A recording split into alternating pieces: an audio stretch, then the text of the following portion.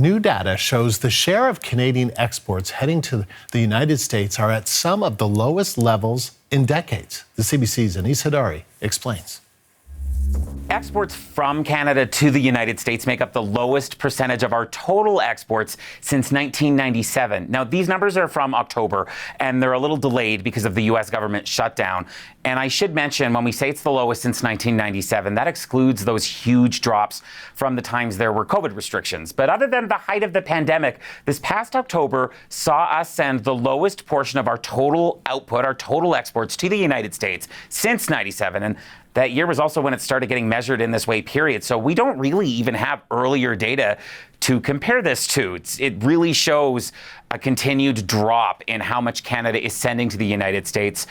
Now, we can't say for sure, of course, because these are just raw numbers, but it is likely that tariffs have a big thing to do with that, as goods from outside of the United States become more expensive in the United States due to those tariffs. Well, less of it gets sold there.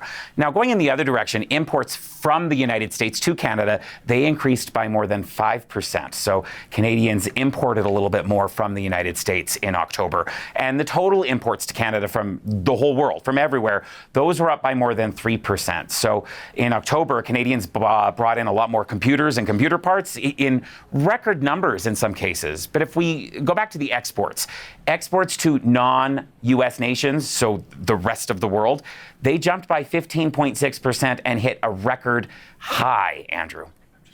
They hit a record high, and as you say, around 67%. I mean, that's close to 10% lower than it was, say, a year ago. Gold seems to be a driver. What's happening there?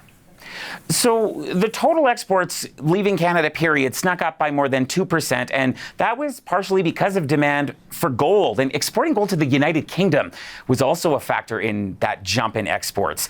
Something to keep in mind with gold, though, is that, its popularity globally is increasing as investors turn to it a little bit more versus, perhaps markets or currencies that are seen as less stable than they used to be. But that popularity is increasing the price of gold as well. That price has been hitting records at times. So the higher price of gold is also shoving up the value of gold exports. This may not necessarily mean that Canada is suddenly churning out, way more gold. At least part of it is that gold is more expensive, so it makes a bigger chunk of our exports when it comes to the monetary value. Andrew.